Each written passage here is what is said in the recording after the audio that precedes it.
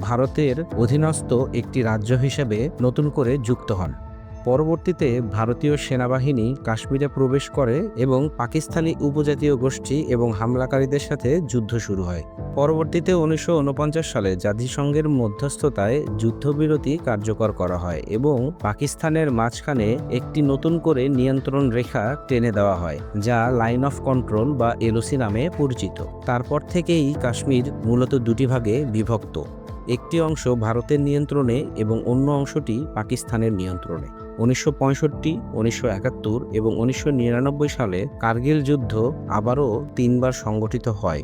2019 সালে ভারত জম্মু ও কাশ্মীরের বিশেষ মর্যাদা বাতিল করে এবং এটিকে দুটি কেন্দ্রশাসিত অঞ্চলে বিভক্ত করে, যা পাকিস্তান এবং কাশ্মীরের স্থানীয় জনগণ কখনোই মেনে নিতে পারে নাই।